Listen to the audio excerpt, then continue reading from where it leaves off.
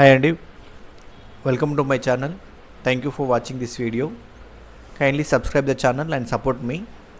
ఈరోజు మీకు నేను ఫ్లిప్కార్ట్లో పే లేటర్ అనే ఆప్షన్ని ఎలా యాక్టివేట్ చేయాలో చెప్తాను. ఈ పే లేటర్ వల్ల మీకు ఏమి ఉపయోగాలు ఉంటాయంటే, మీరు డెబిట్ కార్డు కానీ క్రెడిట్ కార్డు కానీ యూజ్ చేయకుండానే మీరు ఆన్లైన్లో ఫ్లిప్కార్ట్ యూజ్ చేసి ఫ్లిప్కార్ట్లో మీరు అయితే ఏదైనా వస్తువు కొనుక్కోవడానికి అవకాశం ఉంటుంది. వాళ్ళు మీకు కొంచెం క్రెడిట్ అనేది ఇస్తారు పే లెటర్ ఆప్షన్ ద్వారా. ఇప్పుడు ఆ పే లెటర్ ఆప్షన్లో యూజ్ చేసుకున్న తర్వాత మీకు కొంచెం లిమిట్ అయితే వస్తుంది. సో దాంతో మీరు ఏదైనా వస్తువునైతే కొనుక్కోవచ్చు. మొబైల్ కానీ ఫ్రిడ్జ్ కానీ మీకు అవసరమైన ఏదైతే వస్తువు ఉందో అది ఫ్లిప్కార్ట్ ద్వారా కొనుక్కొని మీరు ఒక 30 డేస్లో రీపేమెంట్ చేయొచ్చు. లేదా మీరు చాలా ఎక్కువ మొత్తంలో కొనుక్కున్నట్టయితే దాన్ని ఈఎంఐలో కన్వర్ట్ కూడా చేసుకోవచ్చు. ఈఎంఐలో కన్వర్ట్ చేసుకొని పేమెంట్ చేయొచ్చు. లేదా మీరు ఒక 30 డేస్ క్రెడిట్ పీరియడ్ కావాలనుకుంటే 30 డేస్ లోపు మీకు ఎలాంటి ఇంట్రెస్ట్ పడకుండా వాళ్ళైతే క్రెడిట్ లిమిట్ ఇస్తారు. సో ఆ క్రెడిట్ లిమిట్ యూజ్ చేసుకొని మీరు అయితే ఇప్పుడు ఈరోజు కొన్నట్టయితే నెక్స్ట్ మంత్ ఇదే తారీఖు రోజు 30వ తారీఖు ఇదే తారీఖు రోజు మీరు పేమెంట్ అయితే చేయొచ్చు వితౌట్ ఎనీ ఇంట్రెస్ట్ ఛార్జెస్ కూడా పడవు మీకు. సో అది ఎలా చెక్ చేసుకోవాలి, ఎలా యాక్టివేట్ చేయాలి అనేది నేను చూపిస్తాను. ఇప్పుడు ఈ స్క్రీన్ షాట్లో చూపిస్తున్న విధంగా మీరు ఫ్లిప్కార్ట్ ఓపెన్ చేయగానే ఇలా కనబడుతుంది మీకు. సో ఇలా కనబడుతుంది కదా, దీనిలో హోమ్ పేజ్ అయితే ఇలా కనబడుతుంది. ఇక్కడ కింద మీకు ఆప్షన్స్ ఇచ్చారు చూడండి. దీంట్లో మీకు అకౌంట్ అని ఇక్కడ కింద నోటిఫికేషన్ ఉందా, హోమ్, కేటగిరీస్, నోటిఫికేషన్స్, అకౌంట్స్ ఉంది కదా, అకౌంట్స్ మీద క్లిక్ చేయండి.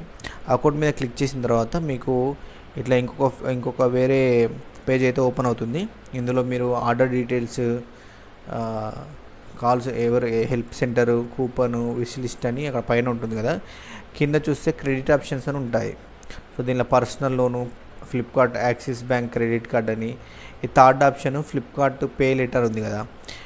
ఈ ఫ్లిప్కార్ట్ పే లెటర్లో మీకు సిబిల్ కరెక్ట్గా ఉండి అంత మంచిగా ఉన్నట్టయితే మీకు 1 lakh వరకు అయితే వీళ్ళు క్రెడిట్ ఆప్షన్ అనేది ఇస్తారు.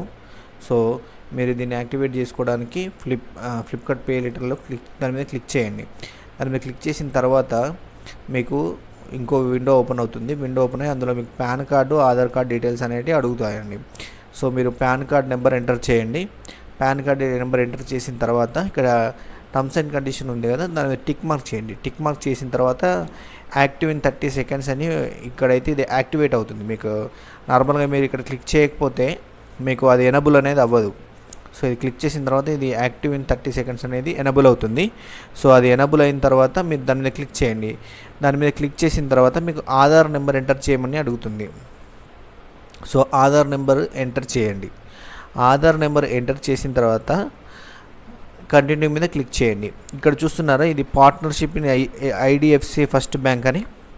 సో మీకు ఏదైతే క్రెడిట్ లిమిట్ అనేది వీళ్ళు ఇస్తారో అదే ఐడిఎఫ్సి వాళ్ళు ఇస్తారు.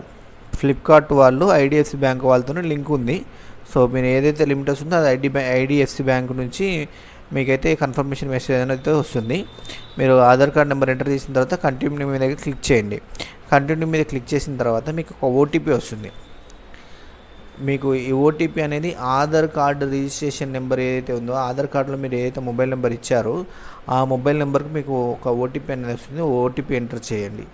ఓటీపీ ఎంటర్ చేయగానే అది వ్యాలిడేట్ చేస్తుంది. ఓటీపీతో మీ పాన్ కార్డ్ నెంబర్తో, ఆధార్ కార్డ్ నెంబర్తో అది వ్యాలిడిటీ చేసి మీరు ఎలిజిబుల్ ఉంటే మీకు ఎంతైతే లిమిట్ ఎలిజిబుల్ ఉందో దాని ప్రకారము మీకు లిమిట్ అయితే వస్తుంది. సో ఆ లిమిట్ అనేది మీరు ఇక్కడ ఇందులో చూపించిన విధంగా దాని మీద క్లిక్ చేస్తే మళ్ళీ అవైలబుల్ క్రెడిట్ లిమిట్ అని ఇక్కడ చూపిస్తుంది. నాకైతే 15,000 వచ్చింది క్రెడిట్ లిమిట్ అనేది. సో మీకు ఎంత వచ్చిందో కామెంట్ చేయండి. ఇది నార్మల్గా 1000 రూపాయల నుంచి మీకు 1 lakh వరకు లిమిట్ వస్తుంది. అది based on your CIBIL, repayment ability and ఇదివరకు మీరు తీసుకున్న లోన్ ఆధారంగా ఇదైతే లిమిట్ అనేది వస్తుంది. ఈ లిమిట్ అనేది మంచిగా యూజ్ చేసుకుంటుంటే మీకు ఈ లిమిట్ అనేది ఇంక్రీజ్ అవుతూ ఉంటుంది.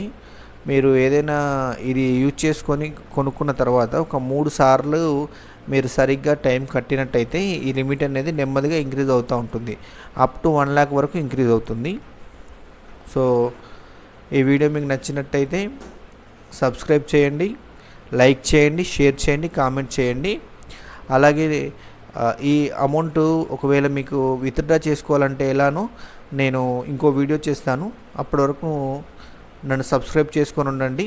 మీకు నోటిఫికేషన్లో నేను చేసే వీడియోలన్నీ వస్తాయి. Thank you for watching this video. Support me.